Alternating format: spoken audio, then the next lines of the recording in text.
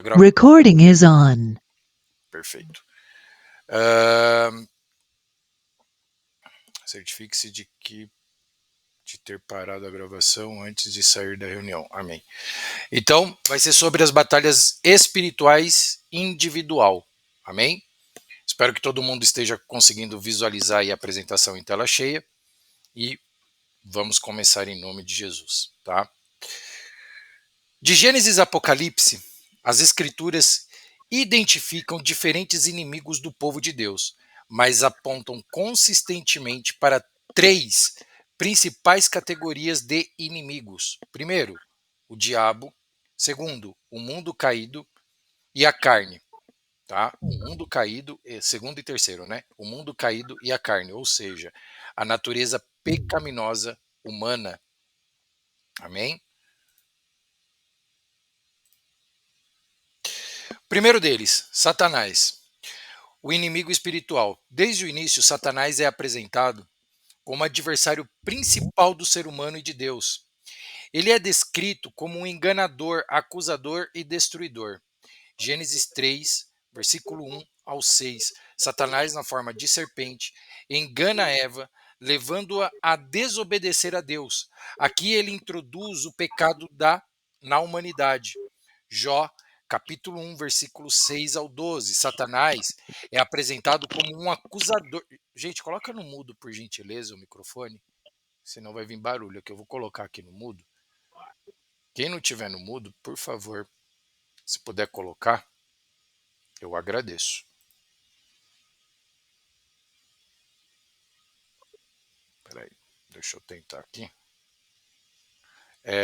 Boa noite a todos. O irmão aí, boa noite a todos. Por favor, coloca no mudo o microfone. É só clicar na telinha do seu celular, você vai ver o microfoninho aí. Porque senão ficar vindo ruim. Aí, obrigado. Deus abençoe.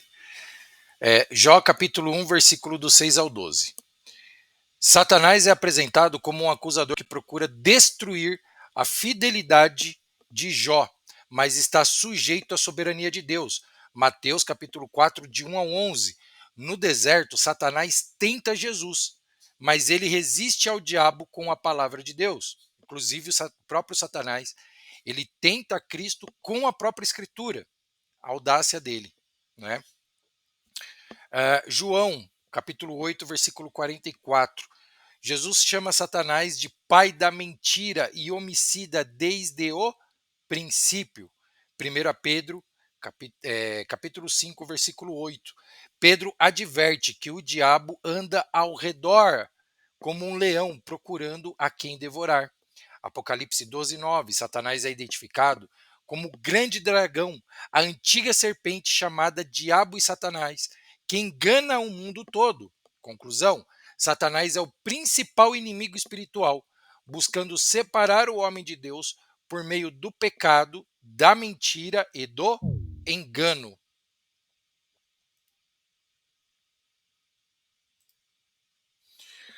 Segundo, o mundo, o sistema caído contrário a Deus. A expressão mundo nas escrituras frequentemente refere-se ao sistema de valores e práticas que se opõem aos caminhos de Deus. Gênesis capítulo 6, versículo 5. Antes do dilúvio, a maldade do homem era grande na terra, e toda a imaginação dos pensamentos de seu coração era má continuamente. João capítulo 15, versículos 18 até o 19. Jesus declara que o mundo odiará os seus discípulos porque eles não pertencem ao mundo. Romanos 12, 2. Paulo adverte: não vos conformeis com este mundo, mas transformai-vos pela renovação da vossa mente. 1 João 2, 15 e 17. Não ameis o mundo, nem o que no mundo há. Se alguém ama o mundo, o amor do Pai não está nele. Tiago capítulo 4, versículo 4. A amizade com o mundo é descrita como inimizade contra Deus. Conclusão: o mundo é um inimigo, porque seu sistema está enraizado no pecado, levando as pessoas a rejeitarem Deus e seus mandamentos. Continuando. Agora a carne, né? Terceiro, a carne, a natureza pecaminosa. Ô Lucas, coloca no mudo, por gentileza, irmão, o microfone. Tá vindo ruído aqui pra gente. Por favor. Aí, obrigado, Lucas. A carne, a natureza pecaminosa. A carne refere-se à inclinação interna do ser humano para pecar. Este inimigo é interno e constante. Agora começam as nossas lutas internas, tá? Gênesis capítulo 4, versículo 7. Deus alerta Caim sobre o pecado que está à porta e deseja dominá-lo, mas ele deveria dominá-lo. Romanos capítulo 7. Amém, tranquilo. Romanos capítulo 7, versículos 18 ao 25. Paulo descreve a luta entre o desejo de obedecer a Deus e a carne pecaminosa. Gálatas 5, versículo 16 e 17. A carne cobiça contra o espírito e o espírito contra a carne, e estes se opõem um ao outro. Mateus 26, 41. Jesus diz aos discípulos: vigiai e orai, para que não entreis em tentação. Na verdade, o espírito está pronto, mas a carne é fraca. Efésios 2, do 1 ao 3, a carne é mencionada como parte da antiga vida, dominada pelos desejos da natureza humana. Conclusão: a carne é um inimigo interno que busca satisfazer os desejos pecaminosos, resistindo à santidade e à obediência de Deus. Quem é o nosso maior inimigo agora? Quem que é o nosso maior inimigo? Será que é somente Satanás? Será? Ele pode ser o principal, mas o nosso maior inimigo somos nós mesmos. Por quê? Porque nós temos a tendência da natureza caída. Nós temos, perdão, nós temos o pecado enraizado, a maldade enraizada dentro da gente. Então sempre nós vamos tender ao mal, ao pecado, à natureza da carne. Por quê? Ser humano nenhum, vou repetir, ser humano nenhum é capaz de fazer nada bom sem que o Espírito Anjo, sem que o Espírito Santo haja em nossas vidas, sem que Deus, mas eu sou ateu. Irmão, você pode ser ateu o quanto você quiser, mas todos os momentos de bondade, pode ter certeza que tem obra do Espírito Santo, tem o dedo do Espírito Santo. A consciência pecaminosa do ser humano não é capaz de fazer nada bom. Exemplo, tá? Vamos dar um exemplo aqui. Uma pessoa, um pedinte na rua. Um pedinte na rua. Nós, muitas vezes, temos lá na nossa carteira 5, 10, 15, 20 reais, não sei. Né? A tendência que nós temos é fazer o quê? Ignorar esse pedinte. Só que aí vem uma vozinha lá no fundo. Dá tanto para ele. Isso é consciência. Não. A consciência humana é ignorar. A consciência do espírito é ajudar. O espírito sempre vai ajudar, em todos os sentidos. É ateu, mais fôlego de vida veio de algum lugar. Exatamente, irmã Belmonte. Exatamente isso. Entendeu? Ele pode ser ateu o quanto ele quiser, mas essa consciência dele de fazer algo bom, não provém dele. Não provém, nunca vai prover. Porque a primeira coisa que a pessoa pensa quando vê um pedinte na rua, pode ter certeza, é ignorar. É ignorar, dar as costas, sair, porque a pessoa vai beber, vai usar droga, enfim, não importa qual o subterfúgio. Mas a primeira tendência é ignorar essa pessoa. Mas aquela vozinha que fala dentro da nossa consciência, ajuda. Você tem 15, dá 10 reais para ele ali, fica com 5, ou dá 5 e fica com 10. Essa consciência, ela sempre vem do espírito. Amém? Embora Satanás, o mundo e a carne sejam apresentados como inimigos distintos, eles frequentemente trabalham em conjunto. Vou repetir. Satanás, o mundo e a carne sejam apresentados como distintos, ou seja, um à parte do outro, na verdade, eles estão intrinsecamente ligados um ao outro, ok?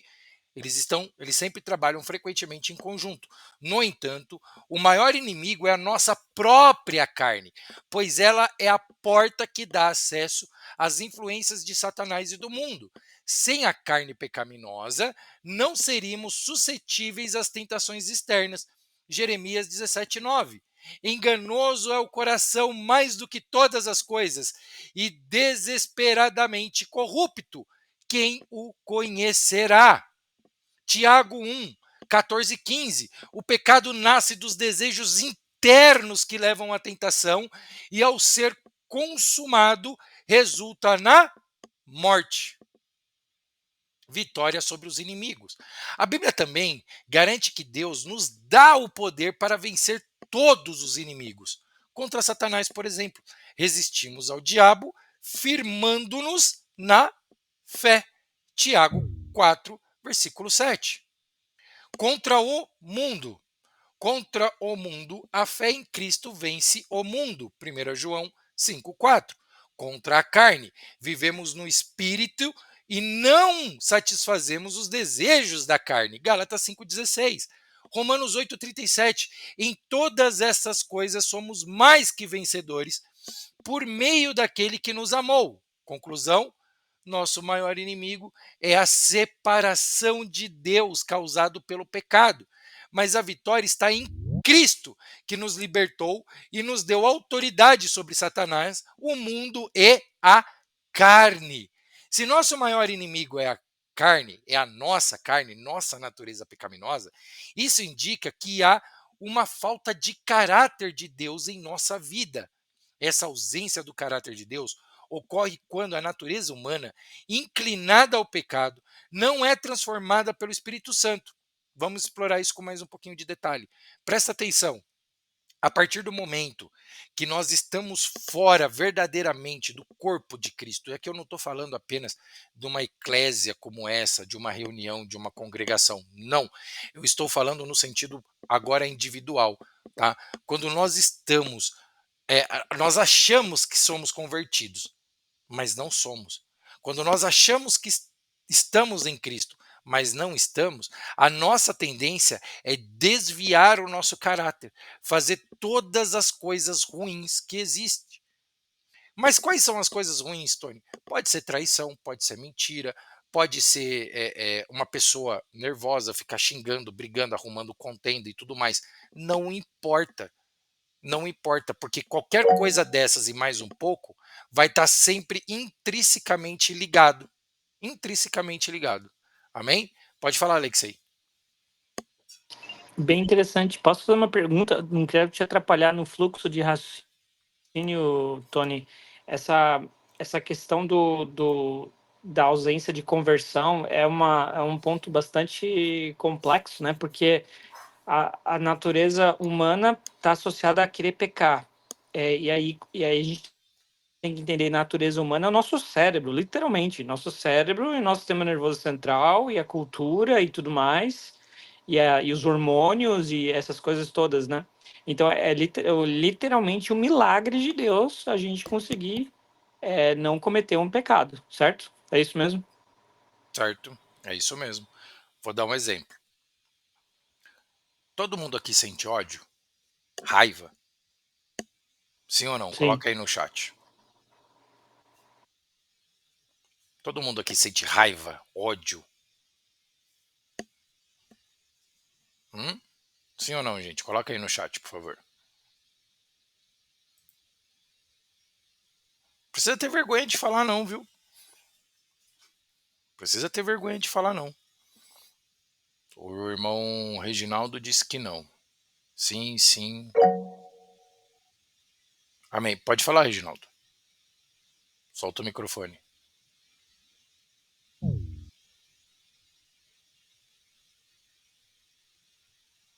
Solta o microfone, irmão.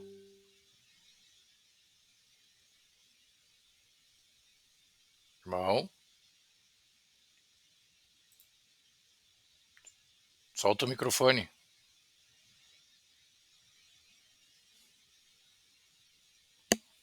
É só clicar na sua tela aí, tem um microfonezinho aparecendo. É só você soltar ele aí.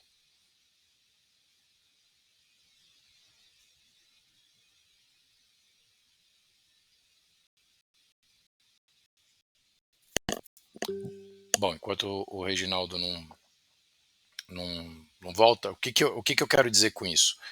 Esses tipos de sentimento, esses tipos de sentimento é da natureza humana, ok?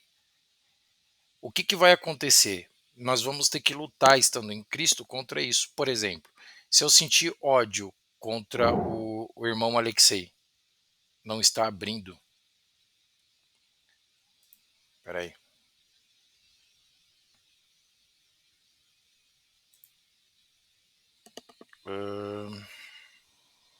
Eu só vou comentar aqui, irmã, enquanto você procura essa questão.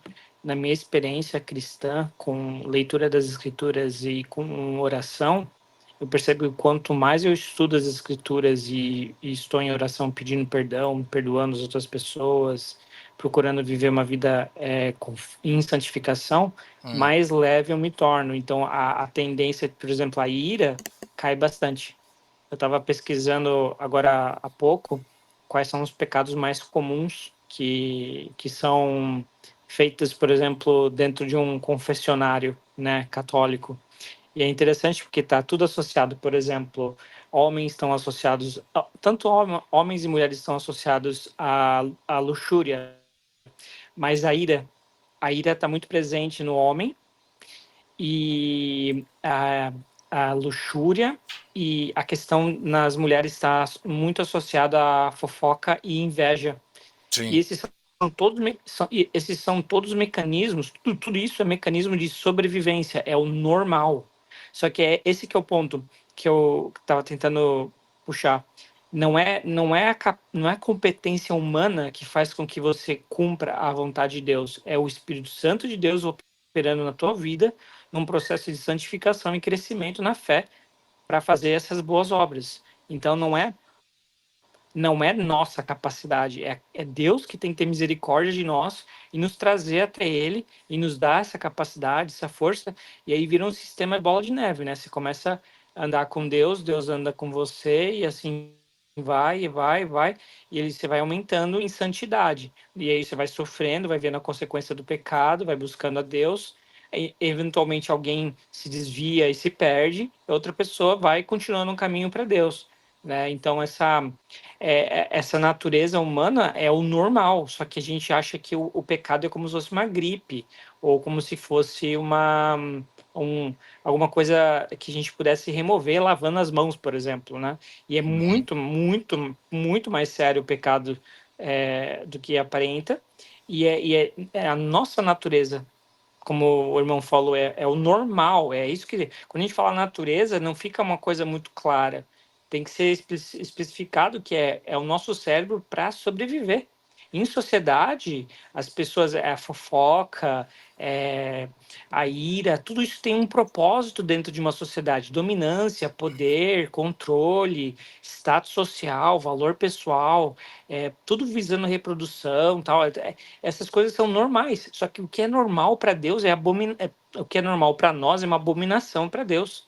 Então, isso que o irmão está falando sobre a importância do Espírito Santo, essa é a chave do cristianismo autêntico contra o cristianismo de aparências. Porque se a carne for disciplinada, ela simula, mas ela não está fazendo genuinamente. E é isso que o fariseu fazia. Ele simulava, mas o coração estava longe. Ou seja, não tem capacidade, não vem de Deus. Tem que ser dada por Deus. Sim, sim, exatamente isso. Eu vou tentar silenciar todo mundo para tentar liberar o microfone aqui do Reginaldo, que ele disse que não está conseguindo. Espera só um minutinho. Silenciar todos os demais.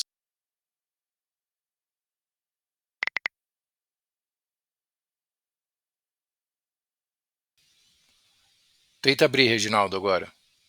Se você não estiver conseguindo, irmão, pode ser que tenha dado bug aí no seu É uma celular. possibilidade.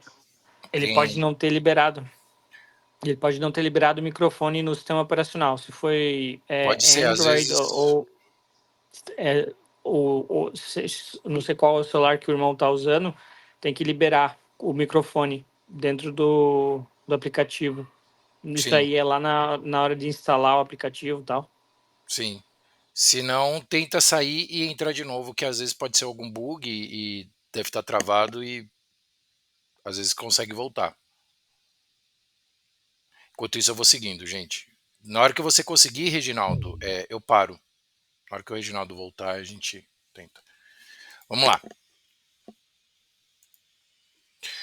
O caráter humano versus o caráter de Deus. O caráter humano, sem a influência de Deus, é corrompido pelo pecado. A Bíblia afirma que desde a queda de Adão e Eva, todos herdamos uma natureza inclinada ao mal. Amém? Jeremias 17, versículo 9. Enganoso é o coração, mais do que todas as coisas, e desesperadamente corrupto. Romanos 3,10. Não há justo, não há nenhum justo, nem sequer um. O caráter humano, por si só, é insuficiente para agradar a Deus sem transformação. A carne continua dominando nossos pensamentos, ações e decisões. Por outro lado, o caráter de Deus é perfeito e santo. Levítico 19:2. Santo sereis, porque eu, o Senhor vosso Deus, sou santo. Mateus 5:48. Sede vós perfeitos, como é perfeito o vosso Pai celestial. Deus nos chama a refletir o seu caráter em nossa vida, o que é possível pela obra do Espírito Santo. 2. Falta de caráter ou falha de caráter, ou falta de caráter ou falta do caráter de Deus. Falta de caráter refere-se à ausência de princípios morais e éticos, o que pode ser parcialmente corrigido por educação, disciplina e cultura. No entanto, a falta do caráter de Deus vai além disso. É uma questão espiritual, porque o caráter de Deus implica amor verdadeiro, que vai além do sentimento humano. 1 Coríntios 13, 4 ao 7. Santidade, separação do pecado. 1 Pedro 1, do 15 ao 16. Obediência, submissão à vontade de Deus. João 14, 15. Humildade, esvaziar-se do ego. Filipenses 2, 5 e 8. Portanto, o problema central não é apenas a falta do caráter humano, mas sim a ausência do caráter de Deus, que é implantado em nós através da santificação. Estão dando para entender até aqui? Tá tranquilo? Quem tiver dúvida, levanta a mão. Amém? Bem tranquilo, tá ótimo, Tony. O irmão Reginaldo voltou. Tenta soltar o microfone, irmão Reginaldo.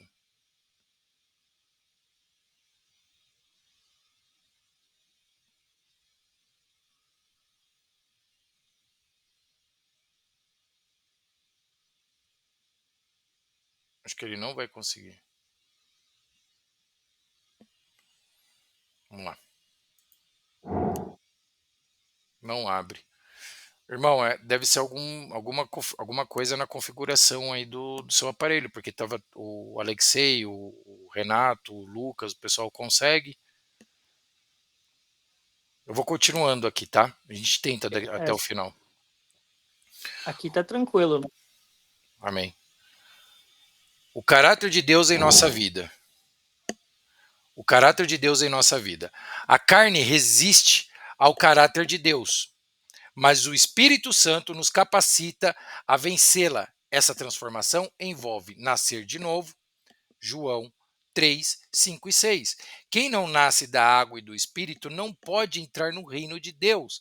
Quando nascemos de novo, recebemos uma nova natureza em Cristo, 2 Coríntios 5, 17, fruto do Espírito.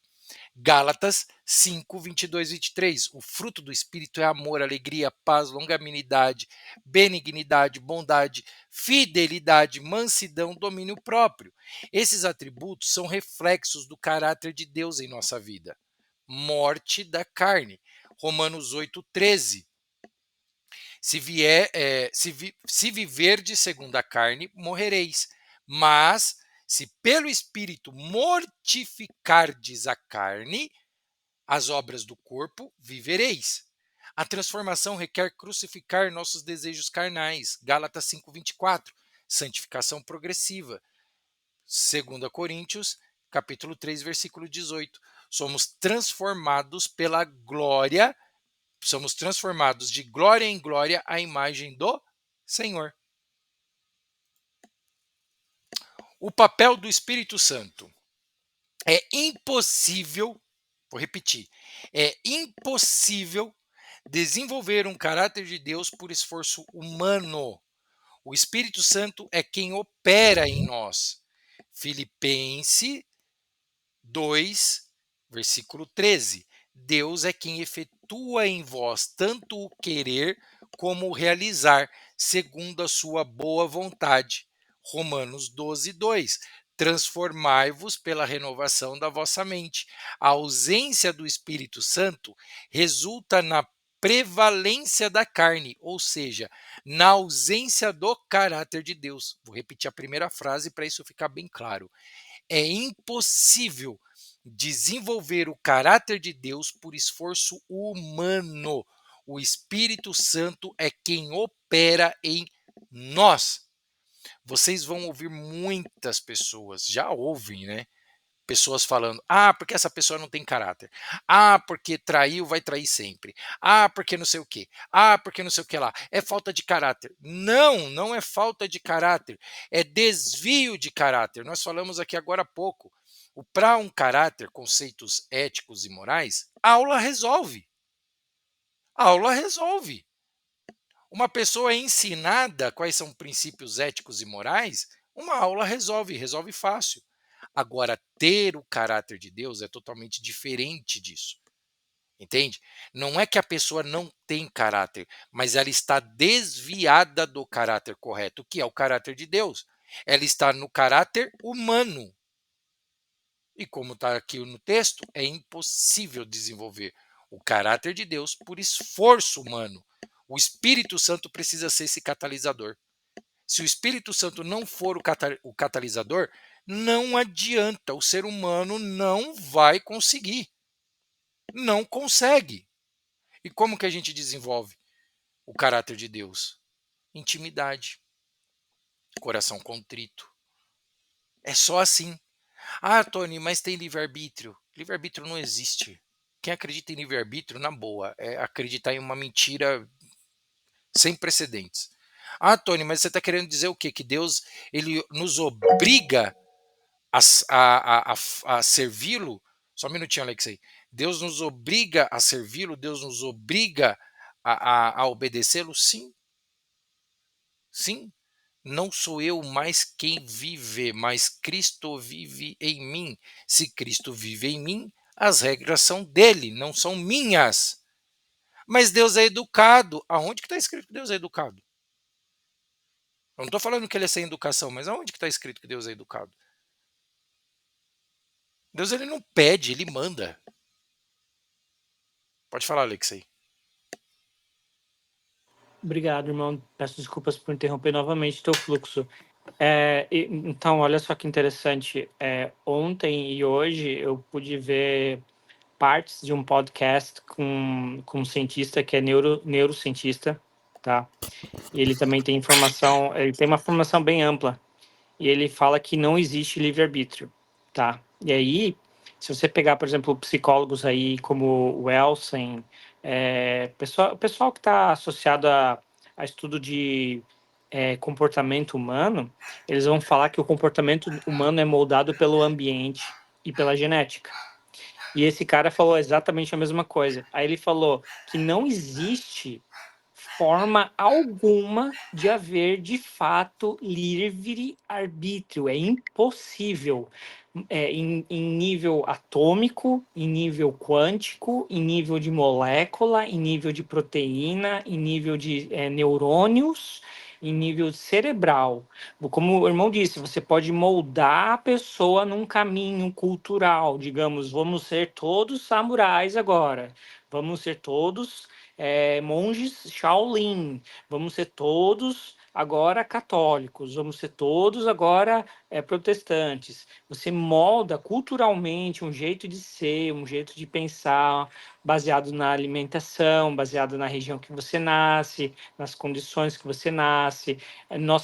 Tudo isso molda nosso caráter, age de uma maneira com um treinamento para ser. Algumas culturas têm um comportamento mais cuidadoso, outras são mais ríspidas, e isso é por isso que a gente tem o conceito de cultura, né? Então, a questão fundamental é: você pode pegar um povo, que nem o povo hebreu, colocar a regra, a lei neles. Mas, como eles foram treinados lá no Egito, o que aconteceu? 40 anos no deserto para tentar mudar e não muda, morre. Só entraram 2, que nasceram provavelmente já no deserto e não conheceram o antigo, né? Nem o próprio Moisés pôde entrar. Por quê? Porque errou, certo? Então, o que acontece? É uma coisa você nascer dentro da lei, com Deus te ajudando, te mostrando, e é outra coisa você nascer lá, filisteu, nascer de uma maneira sem treinamento. Porém, não é suficiente, mesmo o treinamento, porque fariseu Sim, treinado, mas não está de fato com o coração contrito, não tem Deus de fato lá, não é realmente, não teve fé de fato, estava fazendo por aparências, por status, por dinheiro. Esse é o ponto principal que Paulo fala tanto e próprio Jesus fala tanto. Então, já é cientificamente demonstrado que o livre-arbítrio é uma ilusão construída, como o próprio irmão Tony já fala há muito tempo, né? E essa questão está sendo reforçada cada vez mais. Então, sim. a gente tem que entender realmente que é o Espírito Santo, é Deus mesmo fazendo a obra em nós. Ele começa uma obra e ele vai terminar essa obra. A santificação é pelo Espírito Santo, a justificação pelo sangue de Cristo e a santificação pelo Espírito Santo. Obrigado, irmão. Era isso só que eu queria contribuir, porque foi exatamente o que eu estava vendo agora há pouco, por acaso. Amém. Amém. Glória a Deus. A geração incrédula, sim, Lucas. Não, mas eu entendi o que ele quis dizer, né? Primeiro ficaram Josué e Caleb, e depois veio a a segunda geração, né? É nesse sentido que ele quis dizer. Mas é exatamente isso mesmo. É exatamente isso mesmo. Depois, se o irmão Alexei puder me compartilhar esses links aí para me analisar esse contexto, Com certeza. obrigado. A evidência do caráter de Deus. Quando o caráter de Deus está presente, isso se reflete em nossa vida prática. Amar a Deus acima de tudo e ao próximo como a si mesmo. Mateus 22, do 37 ao 39. Obedecer aos mandamentos de Deus. João 14, 21. Ter domínio próprio e rejeitar as obras da carne. Gálatas 5, 19 e 21. O maior inimigo da humanidade é a carne, porque ela impede que o caráter de Deus se manifeste plenamente em nossas vidas. Quando vivemos segundo a carne, demonstramos falta do caráter de Deus e não apenas uma fraqueza moral ou ética. A solução é permitir que o Espírito Santo transforme nossa natureza, moldando-nos à imagem de Cristo, o modelo perfeito do caráter de Deus. Efésios 4, 22, 24. Vós despojais do velho homem, que se corrompe pelas concupiscências do engano, e vós revistais do novo homem, criado segundo Deus em justiça e retidão, procedentes da verdade. Amém? A batalha contra a carne, o mundo e Satanás é, antes de tudo, uma batalha espiritual, ainda que as manifestações dessa luta possam ser percebidas em situações físicas ou emocionais. A raiz do conflito está no âmbito espiritual. A Escritura deixa claro que nossa luta não é contra carne e sangue, mas contra as forças espirituais do mal, principados e potestades. Agora entendam bem uma coisa. Vocês vão ouvir já ouve muita gente falando, né? Ah, que nós não devemos espiritualizar tudo. Gente, daqui a pouco vocês vão entender. O que é ligado na terra é ligado no céu. O que é desligado na terra é desligado no céu. Entendam, nós nos ligamos em Cristo aqui primeiro. Amém? Nós nos ligamos em Cristo aqui primeiro, mortificando a nossa carne. É sempre uma guerra interna. Carne, espírito, espírito, carne. Continuando. A natureza espiritual da batalha. Efésios 6:12. Porque a nossa luta não é contra carne e sangue, mas contra principados, contra as potestades, contra os poderes deste mundo tenebroso, contra as forças espirituais do mal nas regiões celestiais. Isso significa que, mesmo quando o inimigo parece ser uma pessoa ou uma situação externa, o verdadeiro conflito está no domínio espiritual. Gálatas 5,17. Porque a carne milita contra o espírito e o espírito contra a carne, porque são os opostos entre si. A carne, como eu disse, ela nunca vai fazer nada de bom. Nada. Principalmente quando for uma carne ferida, magoada. A batalha dentro de nós é uma luta entre nossa natureza carnal e nossa natureza dada pelo Espírito Santo. É sempre através do Espírito Santo. Por isso que vocês veem muitas pessoas, muitos casais, trazendo esse contexto para o casamento, muitas famílias se desmanchando. Porque que sempre vai ter uma pessoa que vai ser chamada. Lembra o que eu falei na nossa primeira reunião? Os escolhidos, os predestinados, que não tem nada a ver com o calvinismo, mas sim com que Deus predestina, escolhe para algo, fazer algo, realizar algo, ser um instrumento de transmissão. Amém? Por que é sempre espiritual? A origem do pecado. O pecado começou com uma transgressão espiritual no Éden. Gênesis 3. Desde então, a carne, nossa natureza caída, se tornou o meio pelo qual Satanás opera para nos afastar de Deus. O espírito e a carne são irreconciliáveis. Romanos 8, 6 e 7. Porque a inclinação da carne é morte, mas a inclinação do espírito é vida e paz. Nossa carne nunca se submete à vontade de Deus. Por isso o conflito só pode ser vencido no poder do Espírito Santo. As armas para essas batalhas espirituais. Amém, amém, irmã Belmonte. As armas dessas batalhas espirituais. 2 Coríntios 10:4. As armas da nossa milícia não são carnais, mas poderosas em Deus para destruir fortalezas.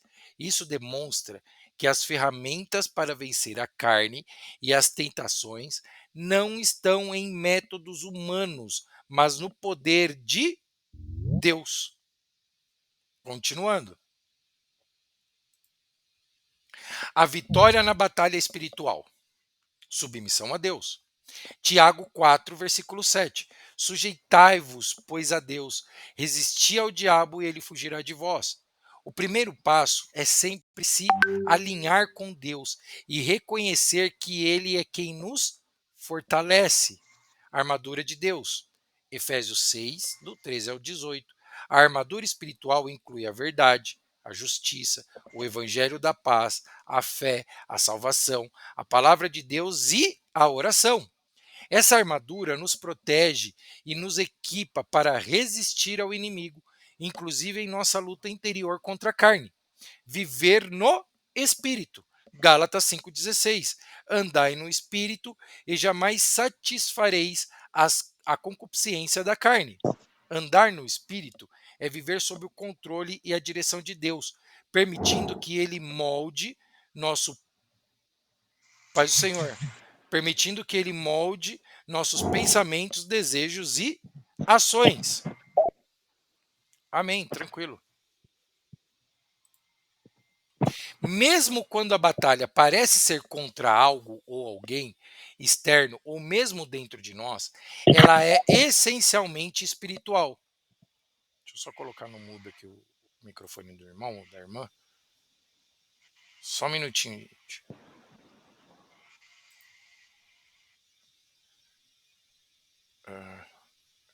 Aí, colocou. Mesmo quando a batalha parece ser contra algo ou alguém externo, ou mesmo dentro de nós, ela é essencialmente espiritual. A carne, o mundo e Satanás operam em esferas espirituais para nos afastar de Deus, mas a vitória é garantida para aqueles que vivem no poder do Espírito Santo. Romanos 8:37. Em todas essas coisas somos mais que vencedores por meio daquele que nos amou. 1 João 4,4. Maior é aquele que está em vós do que aquele que está no mundo. A luta é espiritual, mas em Cristo temos as armas e a certeza da vitória. Ou seja, essas pessoas que falam que nós não devemos espiritualizar tudo, que nós não devemos que é sempre espiritual. É inquestionável isso nas escrituras. Só que a gente não pode usar como muleta, ok? O que nós temos que entender? Nós temos que entender que o nosso afastamento de Deus, o nosso desvio do caráter de Deus, sempre vai nos levar a dar brechas para que o mundo, Satanás e tudo mais opere em nossas vidas, ok? Então, o fato de nós termos culpa não anula o lado espiritual. É culpa nossa, mas existe o lado espiritual. Nós demos brecha porque não estamos buscando o caráter de Deus através do Espírito Santo, através de oração, através de santificação, através de separação. Cada vez que nós nos rendemos para a nossa carne, para as concupiscências da nossa carne, nós vamos dar abertura para isso, ok? Mas isso não tira o fato de ser sim uma batalha espiritual, ainda que individual e coletiva, mas sempre é espiritual. Uma coisa está intrinsecamente ligado à outra. Continuando. Uma interpretação muito profunda e coerente, já está acabando, tá, gente? Muito profunda e coerente de Mateus 18:18. O versículo afirma: Em verdade vos digo que tudo que ligardes na terra terá sido ligado no céu, e tudo que desligardes na terra terá sido desligado no céu. Esse texto é entendido no contexto da batalha espiritual e da responsabilidade individual e coletiva no reino de Deus. Vejam só. O contexto de Mateus 18:18 aborda temas como reconciliação, disciplina e a conduta de Deus. Os versículos anteriores de Mateus 18, do 15 ao 17, falam sobre resolver conflitos e restaurar relacionamentos, enfatizando o perdão e a unidade entre os cristãos. Neste sentido, o ligar e desligar refere-se cadê? Nesse sentido, o ligar e desligar refere-se à autoridade espiritual concedida por Deus para tomar decisões que têm reflexos externos. Isso se aplica tanto no contexto comunitário quanto na esfera pessoal. A aplicação à batalha espiritual. No contexto de vencer ou perder nossa batalha espiritual, o ligar e desligar pode ser interpretado assim: ligar na terra e no céu. Quando vencemos nossa batalha espiritual aqui na terra, através da obediência, santidade e submissão a Deus, estamos alinhando nossa vida com a vontade de Deus. Essa vitória reflete no céu, inclusive no contexto salvífico, tá? Onde nosso nome permanece no livro da vida e somos confirmados como os filhos de Deus. Apocalipse 3:5. Desligar na terra e no céu. Quando perdemos nossa batalha espiritual, ou seja, quando nós nos rendemos às concupiscências de nossa carne, permitindo que a carne, o pecado ou Satanás dominem nossa vida, isso reflete um desligamento de Deus. Esse desligamento terreno pode levar à separação eterna, se não houver arrependimento. Romanos 6,16. Não sabeis que, se vós entregardes a alguém como servos para lhe obedecer, sois servos daquele a quem obedeceis, seja o pecado para a morte ou a obediência para a justiça? Romanos já está falando isso. Paulo fala isso aos romanos. O reino de Deus começa em nós. Jesus ensina que o reino de Deus está dentro de nós, lá em Lucas 17, 21. Isso significa que a luta espiritual e as decisões tomadas em nosso coração têm consequências externas quando vencemos a batalha contra a carne. Ligamos a santidade à nossa vida e ao céu. Submetemos nosso coração à vontade de Deus, o que fortalece nossa comunhão com Ele. Quando perdemos, entretanto, nos desligamos da graça, se não nos arrependermos. Permitimos que o pecado crie barreiras entre nós e Deus. Isaías 59, 2. A autoridade e a responsabilidade espiritual. Mateus 18, 18 também nos lembra da autoridade espiritual que Deus nos deu. Nós temos o poder de ligar, autorizar, declarar pela palavra o que é lícito e agradável a Deus. Exemplo, vencer o pecado e declarar a vitória em Cristo. Desligar, proibir, rejeitar tudo o que é contrário à vontade de Deus, como a carne, o pecado e as tentações. Isso reflete a batalha espiritual. Quando vencemos a carne, estamos ativamente ligando nossa vida ao céu. Por quê? Nós colocamos sob a autoridade de Cristo. Acho que vocês nunca leram esse texto por essa ótica, né? Por essa ótica salvífica, Mateus 18, 18. Reflexo no céu, a conexão com Deus. A vitória ou derrota em nossa batalha espiritual não é apenas um evento terreno, mas tem consequências no céu. Jesus ensina que o que fazemos aqui ecoa no céu. Nossas escolhas têm impacto eterno. A santidade é uma conexão com Deus. Quando vivemos em santidade, ligamos nossa vida à eternidade. O pecado nos desliga de Deus. Sem arrependimento, o desligamento aqui reflete no céu. João 15, 5, 6. Eu sou a videira, vós, os ramos. Quem permanece em mim e eu nele, esse dá muito fruto. Porque sem mim nada podeis fazer. Se alguém não permanecer em mim, será lançado fora como ramo e secará. Como que alguém que está em Cristo, na videira, sendo um ramo, ou se declarando um cristão, achando que faz parte da videira, consegue se desviar do caráter? É porque não está, de fato, dentro do caráter de Deus. Essa pessoa não está de acordo com o caráter. Ela ainda está desviada, achando que está dentro do caráter, mas não está. Por quê? Por causa de todos os obstáculos que o mundo e que Satanás, através do mundo, através da carne das pessoas que estão no mundo, e são muitas pessoas que não vão ser salvas, colocam obstáculos por cima de obstáculos. Nunca permaneceu. Exatamente, irmã Belmonte. Essas pessoas sempre vão colocar obstáculos. E as pessoas que acham que estão em Cristo, mas que não estão, elas vão se render a esses obstáculos achando que isso é uma doutrina. Não é. É anátema. É satânico. Amém? Ah, mais um detalhe, antes de continuar.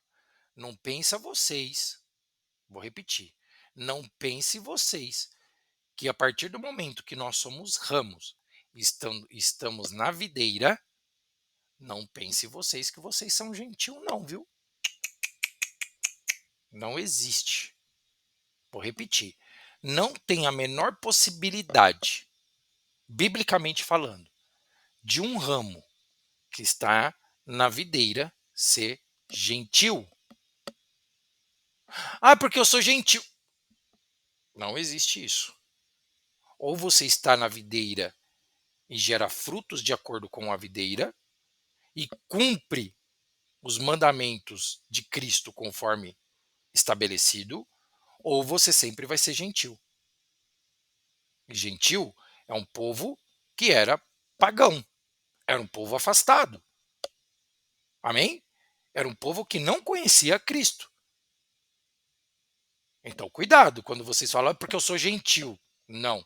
Ou você é ramo de uma videira e vai gerar frutos de videira. Não tem como um ramo de uma videira, para quem não sabe, videira gera o quê? Uva. Não tem como você gerar, ser ramo de uma videira, ter que gerar uvas e você gerar abacaxi. É impossível. Ok? Estou falando no contexto bíblico, tá, gente? Não estou falando de enxerto, essas coisas tá? De agricultura, não. Amém? Estou falando de contexto bíblico. Não tem como. Então, ou você é videira, ou você é gentil. Não tem como ser videira, ser gentil na videira. Porque você vai ser cortado e jogado ao fogo. Mateus 18:18 é aplicado à batalha espiritual pessoal. Se vencemos nossa própria luta contra a carne, o pecado e Satanás, estamos ligando nossa vida à vontade de Deus, tanto na terra quanto no céu. Porém, se sucumbimos à carne e ao pecado, nos desligamos de Deus aqui, e isso pode ter reflexos eternos, perca de salvação. A boa notícia é que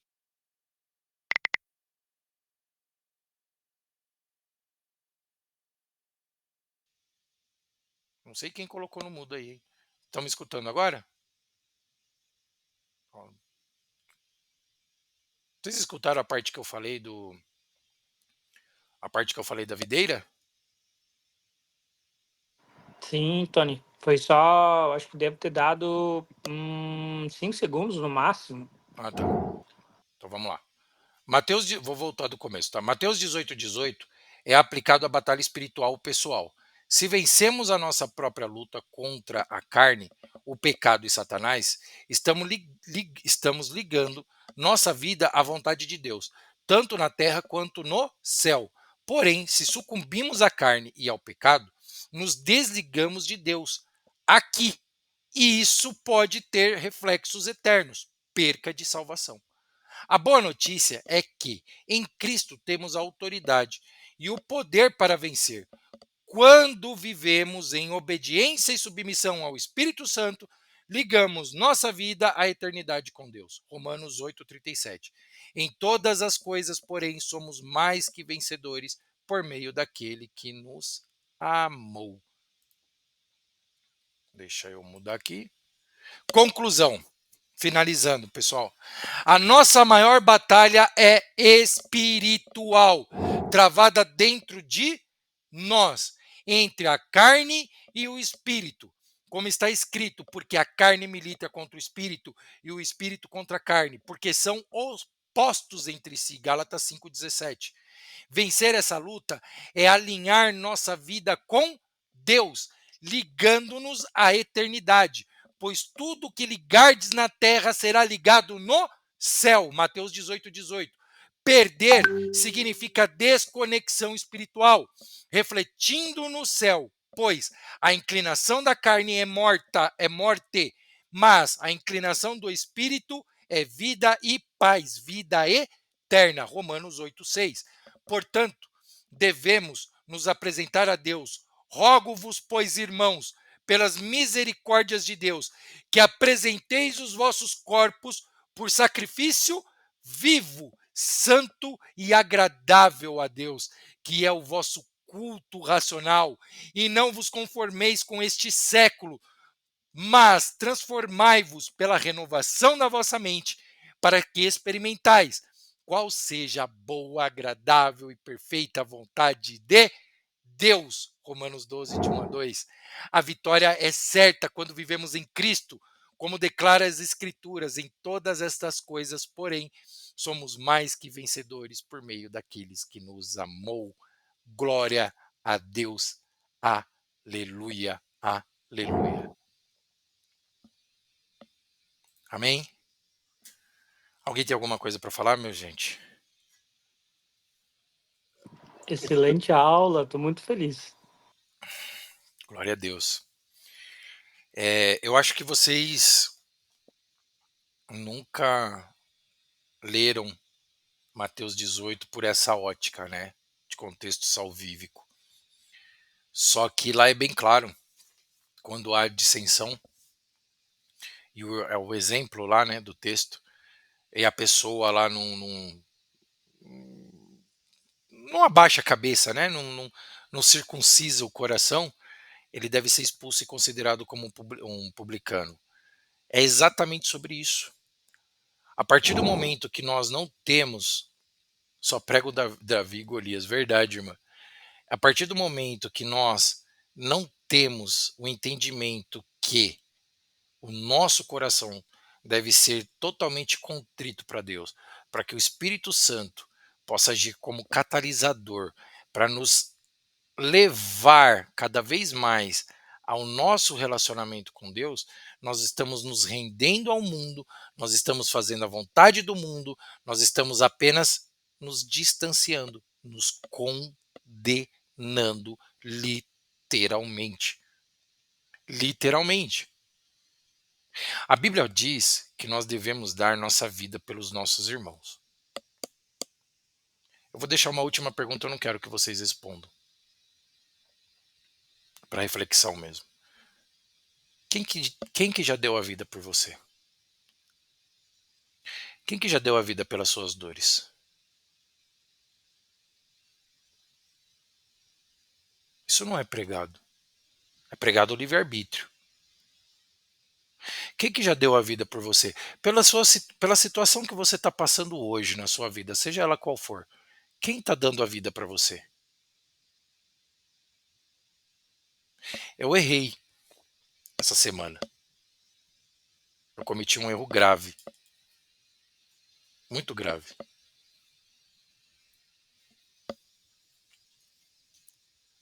Infelizmente, esse erro tem uma distância muito grande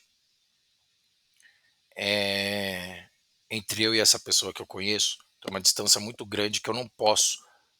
Eu sou impossibilitado de ir lá hoje presencialmente para poder acolher essa pessoa. Existe uma distância física mesmo, né? De um estado para o outro. Mas eu errei com essa pessoa por um simples motivo. Porque na hora que essa pessoa estava precisando conversar, pela minha régua, eu falei que essa pessoa ela poderia descansar, enfim, né? Porque eu sou assim. Às vezes eu quero conversar 5, 10, 15, 20 minutos, mas daqui a pouco eu já quero desligar porque eu quero ficar sozinho, eu quero refletir. Eu sou assim, eu acabei medindo pela minha régua. E eu errei. Eu deveria ali naquele momento não ter medido pela minha régua, mas eu deveria ter prestado atenção no que a pessoa estava falando.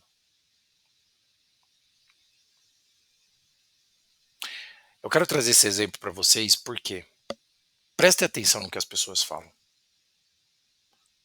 Não errem como eu errei. Não errem como eu errei. As pessoas pedem socorro porque elas precisam de ajuda. Irmão, me ajuda, fala com a minha esposa, fala com o meu marido, fala com o meu pai, fala com a minha mãe, fala com o meu tio, com a minha tia. Falo, irmão. Falo sim. Vamos lá conversar com ela, 1, 2, 3, 10, 15, 20, 50, não importa. Isso é dar a vida pela outra pessoa.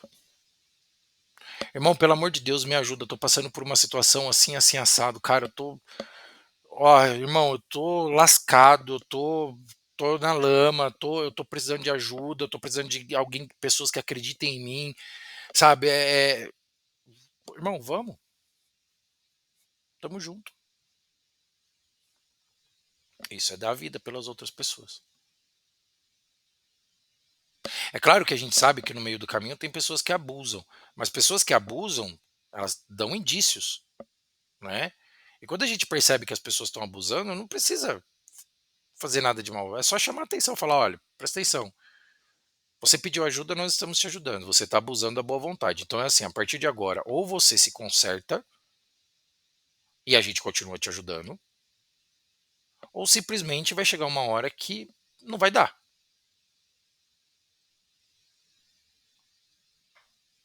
E deixa. Se a pessoa realmente não se consertou, Fala, irmão, até aqui nós fizemos, daqui para frente é com você. Agora, se são pessoas que realmente estão precisando de ajuda, que realmente existe a possibilidade de nós sacrificarmos nossa vida para ajudar o próximo, aonde que está escrito que a gente não deve fazer? Aonde? Amar ao próximo é dar a vida. É uma das principais chaves. É isso aí. Exatamente. Por isso que eu falo, eu errei. Naquele momento com aquela pessoa, eu errei. Errei muito, me doeu muito. Depois, né, conversando com ela, tal, essa pessoa me falando, enfim. Mas não façam isso. Aproveitem o erro que eu tive, que eu estou compartilhando aqui parcialmente com vocês, eu não vou entrar em detalhes, mas aproveitem esse erro. Tomem isso como reflexão. Irmãos, não adianta, tudo está intrinsecamente ligado. Só que a carne pecaminosa do ser humano, o mundo, está fazendo desconectar todas essas conexões. E isso vem há muito tempo. Vem há muito tempo. O ser humano tenta desconectar todas essas conexões bíblicas. Não vai dar, porque está na hora. Deus está mostrando que está tudo em oculto. Não é só através da minha vida, mas muitas outras pessoas, com certeza. Os remanescentes estão aí, mundo afora, pregando exatamente a mesma coisa. Não é momento mais de se render ao mundo. É momento de amando e permanecendo. Exatamente. Exatamente, irmã. É momento de parar, falar, opa, peraí, até aqui tá errado. Pedir perdão a Deus, falar, pai, eu errei até aqui, mas aqui para frente eu vou me corrigir. E se corrigir, se converter, coração contrito.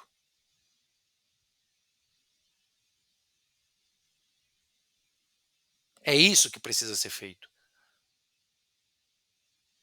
Não adianta achar que o fato. E aqui eu não quero entrar em mérito de questão de igreja X, Y, não é isso. Mas não adianta achar que pelo fato da pessoa estar com a Bíblia debaixo do braço ou estar pregando em cima de um púlpito, que ela está verdadeiramente em Cristo, ela está pregando o evangelho coach. O evangelho de Cristo é esse. Mas as pessoas estão querendo buscar um evangelho coach, palavras positivas. A Bíblia tem um monte de palavra positiva para nos dar, só que não da forma como as pessoas querem ouvir. A palavra positiva da Bíblia é arrependei-vos e convertei-vos, porque é chegado o reino de Deus. Essa é a maior palavra positiva que a Bíblia nos dá. Arrependei-vos e convertei-vos, porque é chegado o reino de Deus. Amém? Gente, quem quiser falar, fique à vontade.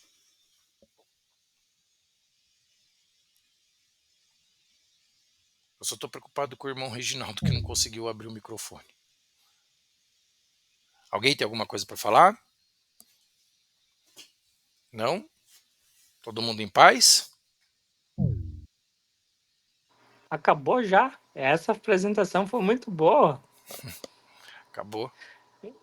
Ah, nossa, Tony, parabéns, viu? Você tirou 10 como professor, como... Nossa, Imagino. que aula fantástica, foi Sem... tudo muito bom. O visual ficou ótimo, essa apresentação em PowerPoint sempre muito bom gosto nas cores e no jeito, né? Tudo na letra, todas as coisas.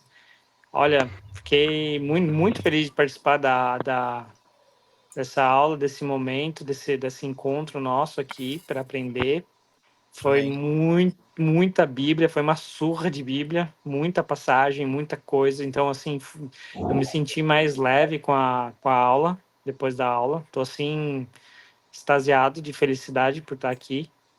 E Obrigado por ter ouvido nossos pedidos ali na outra aula, né? Tô chamando de aula, mas porque eu tô me sentindo instruído, né? Então, Não, imagina. mas no nosso último encontro. E assim, não tenho o que falar. Ficou o tema bem objetivo, essencial. Eu acho que você tocou no cerne do cristianismo, que é justamente a presença do Espírito Santo na vida da pessoa. Não adianta ser de aparências, não adianta ser de uma forma carnal, né? Por status, por aparências, por fama, reconhecimento, poder, tantas maneiras que a gente pode abordar o comportamento cristão de forma carnal, né? Me exemplificando na máxima do fariseu, né? Que a gente pode colocar ele como exemplo máximo. Sim. E aí eu estava lembrando aqui também com relação a o que Jesus falou para Nicodemos que era necessário nascer novamente, né? E tem uma passagem em que Paulo fala que nós somos feitos dentro seria a palavra em inglês é Commonwealth, que tem o significado de você fazer parte da nação de Israel, só que espiritual. Então, eu tava pensando nessa questão do enxerto, e aí, claro, eu estou fazendo uma análise aqui dentro da minha ignorância e limitação. Essa questão de, por exemplo, esse enxerto que foi feito, justamente na Israel espiritual, porque o próprio judeu é convidado a entrar nessa Israel espiritual, porque ele estava na Israel física. Então a gente está falando de uma árvore espiritual, não uma árvore física, senão todo mundo teria que se converter e correr lá para Israel e fazer a lei e cumprir e tal, etc. Sendo que o Jesus cumpriu a lei por nós. Ele cumpre a lei por nós. A lei ela funciona como demonstração da nossa inabilidade, nossa incapacidade. Somente Cristo cumpriu a lei. Então ele imputa a justiça dele em nós através do sangue que justifica. Só que o processo de santificação é obra do Espírito Santo. E aí isso é algo gradual que pode levar uma vida, né? E aí vem a questão, a gente não sabe todos os detalhes, por isso tem que estudar as escrituras para saber como crescer na fé, né? No meu pouco conhecimento, no meu pouco entendimento, na minha experiência pequena cristã, eu penso que um dos elementos fundamentais é pedir o Espírito Santo a Deus, como Jesus fala, né? Para pedir o Espírito Santo. E a leitura das Escrituras, porque a fé vem pelo ouvir a palavra de Deus. E se você for ver o fruto, não frutos, o fruto do Espírito é amor, paz, felicidade, benignidade, bondade, fé. E aí, com fé, você consegue aplicar os elementos desse próprio fruto. Então, se você precisa de ter fé para fazer algo, é do próprio Espírito Santo. Então, o próprio Deus precisa nos entregar a graça dele através do Evangelho. Então, quando nós levamos a palavra do Evangelho, a morte, sepultamento e ressurreição de Cristo no terceiro dia, a gente está passando a mensagem do Evangelho para a pessoa. Esse Evangelho, através do Espírito Santo, ele penetra o coração, quebra o coração de pedra, que rejeita, regenera esse coração e faz com que a pessoa passe a ter a sensibilidade espiritual e nasça novamente em Israel celestial. Em Israel celestial que se manifesta hoje através de nós. Sim. Muito bem colocado. Teve Bem teve colocado. um retorno aqui. Eu não sei se Foi o áudio eu aqui. acho. Foi o vídeo, desculpa. Não, tranquilo, só eu tava pensando nisso porque o irmão bateu muito nessa tecla e foi muito bom. Tô assim muito grato a Deus, glória a Deus, Tony, por esse teu esforço, por essa tua dedicação. Isso aqui tem um valor assim é impossível de mensurar porque é muito denso em termos de importância, de doutrina, de ensino, né? A gente aqui não está discutindo, brigando, a gente está aprendendo com a escritura, né? A escritura está mostrando o que é, né? E como tem a temática bem focada, está sendo uma experiência fantástica, porque daí é uma coisa simples, a gente está abordando esse assunto, pum. Olha, hoje foi, assim, muito bom. Eu te agradeço demais, glória a Deus, pelo teu trabalho, pelo teu esforço, dedicação, não é fácil. Olha, se eu pudesse dar a minha vida para poder financiar esse teu trabalho, eu dava, porque, cara, isso aí é muito bonito, é uma coisa de Deus maravilhosa. Glória a Deus por esse trabalho, porque é tão importante ter sabe, esse ensino, porque geralmente o pessoal fica dando de dedo na cara das pessoas. Nós temos que deixar a escritura falar, né? Sim, Ah, você é isso, você é aquilo. Que nem fariseu, né? Ficava apontando o erro dos outros, sendo que ele é hipócrita, né? sim. Então a gente tem que corrigir e deixar a escritura falar. E você fez isso de forma assim maestral. Olha, assim, que bênção. Muito obrigado, viu, Tony? Amém. Imagina que é isso. Agradeça ao Espírito Santo, não a mim, não. Como eu falo, eu só sou um Amém. instrumento de transmissão. Não somos receptores, somos transmissores. Exatamente. É, Glória a Deus. glória a Deus. Irmão Lucas, pode falar. Antônio, só falar pra você que agora a gente encontrou aquilo que a gente procurava, irmão. Que bom. Aquilo que a gente tinha conversado, que a gente ia começar em janeiro, tá vendo? Uhum. Que bom. Agora sim, palavra com a palavra, Que bom, irmão. sem engano. Que bom. Obrigado, valeu, tá, irmão? Imagina que é isso. Deus proverá tudo, né? Deus sabe o quanto o Lucas a gente conversa bastante, o Alexei vira e mexe também, conversa com o Alexei, sei das batalhas do irmão Alexei, né? O Renato veio agora, né? A gente tá tendo alguns contatos aí. Mas assim, Deus sabe, né? A batalha de cada um e Deus vai prover tudo. O que eu faço, eu só faço de coração, gente. Não, é só isso. Alguém mais quer falar alguma coisa? Gente, o irmão Reginaldo não conseguiu liberar o microfone mesmo, hein? Irmão, eu não sei o que está acontecendo. É alguma configuração realmente aí no seu aparelho. Depois precisa dar uma olhadinha com calma, né? Mas peço perdão por eu não conseguir ajustar daqui, tá? Pessoal, então vamos encerrar por hoje. Nalva, gratidão. Cada dia que passa entendo que só Jesus é isso aí. Amém, amém. A irmã Belmonte pediu para colocar Ana Becoa, né? Amém, irmão Reginaldo, amém. Sempre será bem-vindo. Esperar que da próxima, né, na quarta-feira, a gente consiga resolver essa questão aí do seu microfone. A irmã Belmonte pediu para colocar Ana Becoa, né? Foi a mesma que eu coloquei no final da última reunião nossa. Vou colocar aqui atendendo ao pedido da irmã. E, pessoal, mais uma vez, obrigado, né? Fiquem com Deus, amém? Peço para que vocês, se puder, né, se quiserem, acompanhar o louvor, né, o cântico até o fim, fique à vontade. Quem não quiser também não tem problema, né? E na próxima quarta-feira, 7h30, a partir das 7h30 de novo, tá bom?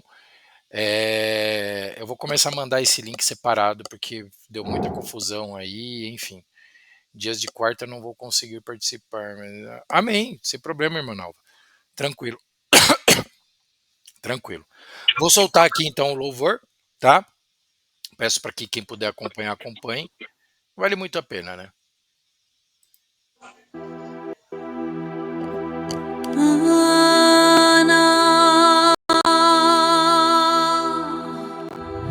אנא בכוח, גדולת ימינך, תתיר רוח, קבל רינה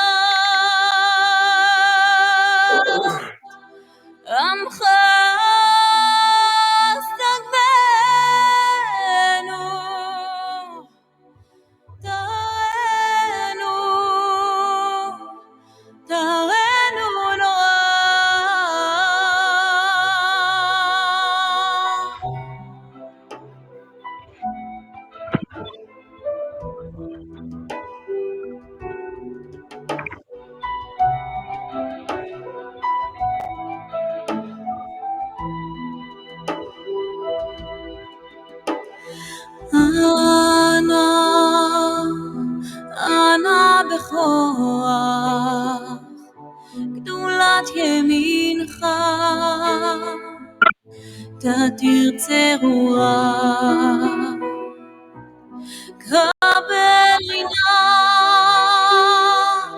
עמך סגבנו,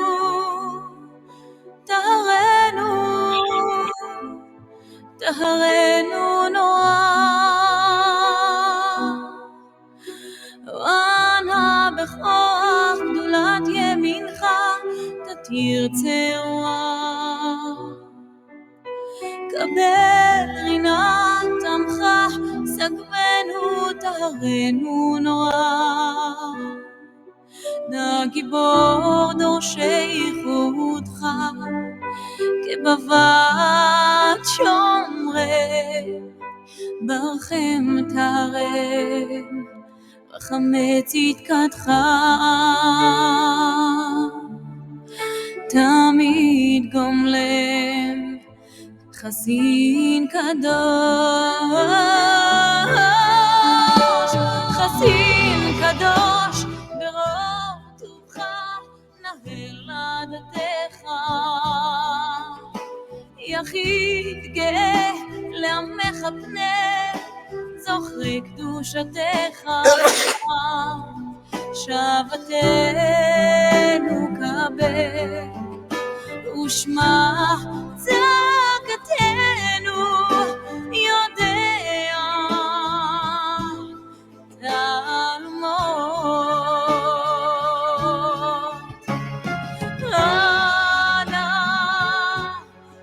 אנא בכוח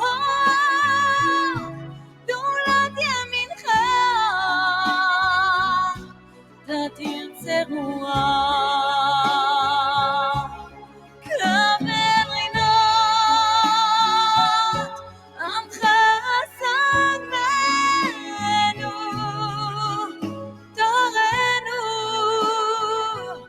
טהרנו נוח, שבתנו קבל, ושמע צעקתנו, יודע תעלומות, יודע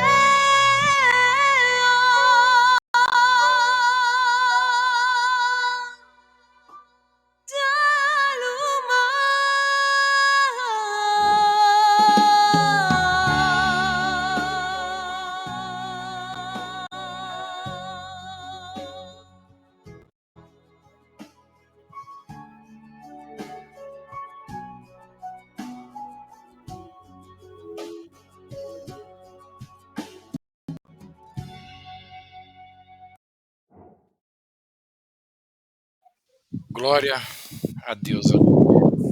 Gente, eu vou mandar o link desse cântico lá no grupo, tá? Até pro Renato aí, acho que não viu a tradução. Eu vou mandar lá, Renato, esse mesmo link tem a tradução no próprio vídeo, tá? Fica em hebraico na parte de cima e a tradução na parte de baixo, tá? Fica tranquilo. Eu não esqueci, tá, gente, de mandar lá o PDF da primeira reunião, tá?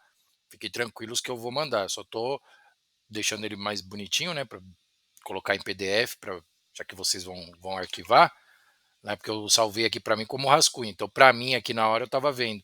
Quero ver se eu até coloco eles em PowerPoint também, que aí eu salvo, ao invés de salvar o Word, né, em PDF, eu faço eles em PowerPoint, que nem essa apresentação de hoje, aí fica até mais bonito para vocês poderem guardar também, tá? Então não fiquem chateados por causa da demora, porque eu não vou entregar qualquer coisa também para vocês, tá? Eu vou entregar como se fosse para mim, entendeu? Então vou fazer uma coisa bonitinha para mandar para vocês lá, tá? Mas fiquem tranquilos que vai ser enviado o material da primeira reunião. Essa daqui, como já está em PowerPoint, é só converter e já fica mais fácil. Mas aí eu já mando tudo junto, tá? Assim que eu finalizar aqui, tá bom? Alguém tem mais algum comentário? Faça como para o Senhor. Obrigado novamente, Tony. Amém, sem problema. Gente, é isso. Deixa eu só fazer uma pergunta antes de finalizar. 3 vezes por semana, vocês acham que é muito para nossas reuniões? Vocês querem diminuir para 2 vezes por semana? Uma vez por semana? Vamos manter em 3 por enquanto? O que vocês acham? Pouco? Amém, irmã. Eu Amém. acho que está ótimo 3 vezes por semana, porque o importante é a nossa retenção de informação, né? Aham. Volume de informação é bom, mas retenção também é. Depende muito do que o irmão pretende. Se quiser fazer um experimento todos os dias, Não, todos para os ver o que dias não é, isso aí acontece. também não dá. Aí Não é, também não porque dá. tem limites para o próprio irmão preparar material, né? Exato, exatamente.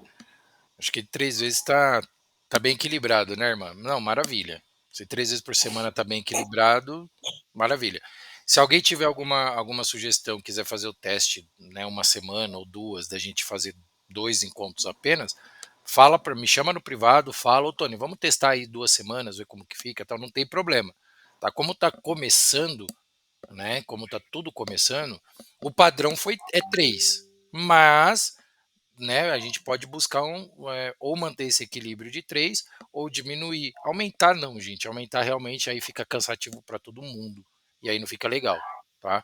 Até para mim também montar material, enfim. 3, né, Lucas? Eu também acho. Eu também acho. Maravilha, perfeito. Gente, obrigado então mais uma vez.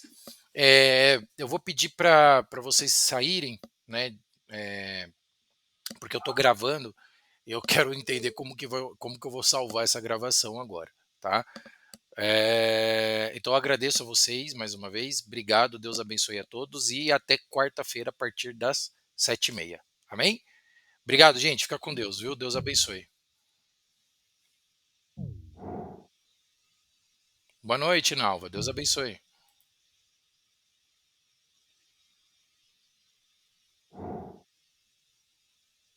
Amém, irmã Belmonte.